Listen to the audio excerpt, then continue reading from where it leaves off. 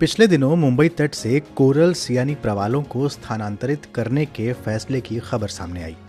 कारण है कि मुंबई तट पर सड़क परियोजना पर काम किया जाना है, लेकिन प्रवालों के कारण इसमें दिक्कत आ रही थी।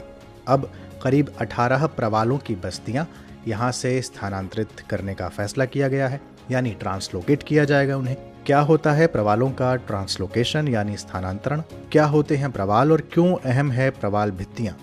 ज्ञान की डिजिटल दुनिया, ध्येय रेडियो आप सुन रहे हैं। मेरा नाम अंजुम शर्मा है और आज के पॉडकास्ट में बात इसी पर। सबसे पहले जानते हैं कि प्रवाल क्या होते हैं। प्रवाल, जिसे हम पॉलिप, कोरल या मूंगा भी कहते हैं, वो एक प्रकार के सूक्ष्म समुद्री जीव होते हैं। ये प्रचुर मात्रा में पाया जाता है। आमतौर पर इनकी बाहरी सतह कठोर होती है। इस कठोर बाहरी आवरण के अंदर एक एल्गी यानी शैवाल पाया जाता है, जिसे कहते हैं ज़ूगज़ैंथेलाए।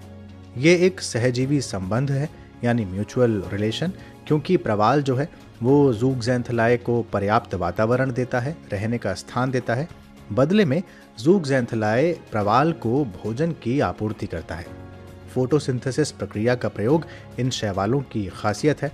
ये अलग अलग रंग के होते हैं, इसलिए कह सकते हैं कि कोरल्स का जो आप अलग अलग रंग देखते हैं वो इन्हीं शैवाल यानी ज़ूगज़ैंथेलाए के कारण आता है। अब इसी से जुड़ा एक और कॉन्सेप्ट है कोरल ब्लीचिंग का। जब तापमान या किसी भी कारण से ये ज़ूगज़ैंथेलाए शैवाल कोरल से अलग हो जाते हैं तो कोरल का रंग खोने लगता है, वो सफ़ेद होने लगते हैं और इसी को कहते हैं कि कोरल की ब्लीचिंग हो गई, यानी कोरल ब्लीचिंग। अब समझते हैं कि प्रवाल भित्ति यानी कोरल रीफ क्या होता है। जब प्रवाल यानी पॉलिप मर जाते हैं तो उनका खोल समुद्र में जमा हो जाता है। इन अवशेषों पर प्रवाल फिर पैदा होते हैं, फिर मरते हैं और धीरे धीरे उनके अवशेष इसी तरह एक के ऊपर एक इकट्ठा होते रहते हैं। जब एक के ऊपर एक इनकी कई परतें जम जाती हैं, जमा हो जाती हैं और धीरे धीरे ये पत्थर की तरह कठोर हो जाते हैं, तब कठोर चट्टान कुछ समय बाद समुद्री जल से ऊपर दिखाई देने लगती है। जब ये समुद्री जल से ऊपर दिखाई देने लगे तब ये प्रवाल भित्ति कहलाती हैं, जो कैल्शियम से युक्त होती हैं। यही प्रवाल मुंबई तट पर कुछ संख्या में पाए जाते हैं। हालांकि वहां भित्ति का निर्माण नहीं हुआ है, लेकिन प्रवालों की संख्या में तेजी से बढ़ोतरी हो रही है। राष्ट्रीय समुद्र विज्ञान संस्थान ने सड़क परियोजना के सिलसिले में जब कोरल्स का अध्ययन किया तो पता चला कि यहाँ कोरल की कई प्रजातियां हैं जो लो टाइड यानी निम्न ज्वार के समय दिखलाई पड़ती हैं। लेकिन सवाल है कि ये स्थानांतरण यानी ट्रांसलोकेशन कैसे हो, क्योंकि भारत में प्रवालों के स्थानांतरण की तकनीक अभी बहुत शुरुआती स्तर पर है। इसके लिए लक्षद्वीप द्वीप समूह, कच्छ और तमिलनाडु के तट पर कुछ प्रवालों को पायलट परियोजना के तौर पर ट्रांसलोकेट किया गया था, ताकि स्थानांतरण के बाद इनके जीवित रहने की जो दर है और अन्य बातें जो हैं उनका अध्ययन किया जा सके। विशेषज्ञ मानते हैं कि ट्रांसलोकेशन के बाद कोरल्स के सर्वाइवल के हाई रेट के लिए कोरल्स को उसी वातावरण में ट्रांसलोकेट किया जाए जहां से उन्हें लाया गया है, यानी पानी की गहराई, बहाव और दबाव लाए जाने और रखे जाने दोनों का एक सा होना चाहिए। तभी इनका सर्वाइवल रेट हाई रहेगा, अन्यथा उनके जीवित रहने की दर कम रहेगी। आपको बताऊं कि कोरल के विकास के लिए तापमान 20 डिग्री से कम नहीं होना चाहिए। 20 से 25 डिग्री ताप इनके लिए अनुकूल है। कहीं कहीं ये 25 से 27 डिग्री भी मिलता है। साथ ही इनके विकास की सबसे अच्छी अवस्था ट्रॉपिकल और सब ट्रॉपिकल यानी उष्णकटिबंधीय और उपोष्ण कटिबंधीय जोन है। अधिकांश प्रवाल 25 डिग्री उत्तरी अक्षांश से 25 डिग्री दक्षिणी अक्षांश के बीच वाले क्षेत्र में पनपते हैं। इनके लिए जलधारा अधिक ठंडी नहीं होनी चाहिए, यानी कोल्ड करंट्स नहीं होने चाहिए, और सूर्य का प्रकाश यानी सनलाइट पर्याप्त मात्रा में होनी चाहिए। इसीलिए पानी में बहुत गहरे जाने पर प्रवाल नहीं मिलेंगे। जहाँ तक पानी की बात है तो इनके लिए जल जो है वो लवणीय यानी सैलाइन होना चाहिए, लेकिन सैलिनिटी यानी लवणता 40 पार्ट पर 1000 से अधिक नहीं होनी चाहिए।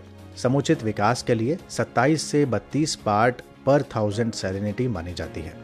इसके अलावा जल का गाद रहित होना बहुत ज़रूरी है, इसीलिए कोरल्स नदी के मुहाने पर नहीं मिलते। अगर प्रवाल भित्तियों के प्रकारों की बात करूं तो ये 3 तरह के होते हैं।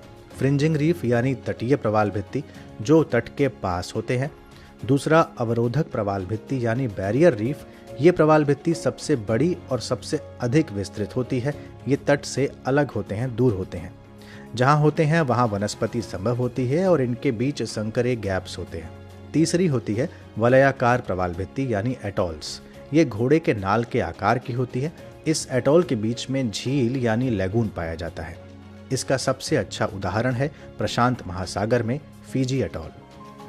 कुल मिलाकर प्रवाल भित्तियां एक तरह से पानी के नीचे बसे एक पूरे शहर की तरह है, जो समुद्री जीवन के लिए सहारे का काम करती हैं, आश्रय का काम करती हैं। संयुक्त राष्ट्र एनवायरनमेंट प्रोग्राम यानी UNEP के अनुसार प्रवाल भित्तियां दुनिया के तकरीबन आधे अरब लोगों को खाद्य सुरक्षा और रोजगार मुहैया कराती हैं।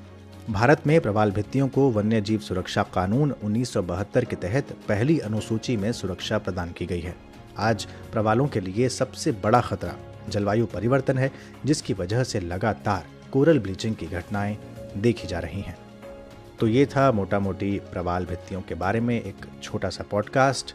और अब आज का सवाल, दुनिया की सबसे बड़ी प्रवाल भित्ति द ग्रेट बैरियर रीफ जो ऑस्ट्रेलिया के तट के किनारे है, आप जानते हैं। आपको मुझे ये बताना है द ग्रेट बैरियर रीफ प्रवाल भित्तियों का कौन सा प्रकार है। मैंने आपको 3 प्रकार बताए, तटीय, अवरोधक और अटॉल, जिसे अंग्रेजी में फ्रिंजिंग, बैरियर और अटॉल कहते हैं। आपको बताना है कि द ग्रेट बैरियर रीफ इन तीनों में से किस प्रकार में आता है, प्रवाल भित्तियों का कौन सा प्रकार है। आप अपने उत्तर कमेंट बॉक्स में हमें दे सकते हैं। ये पॉडकास्ट आप ध्येय IAS की वेबसाइट पर भी सुन सकते हैं। अगले पॉडकास्ट के साथ जल्द हाजिर होंगे। तब तक के लिए नमस्कार।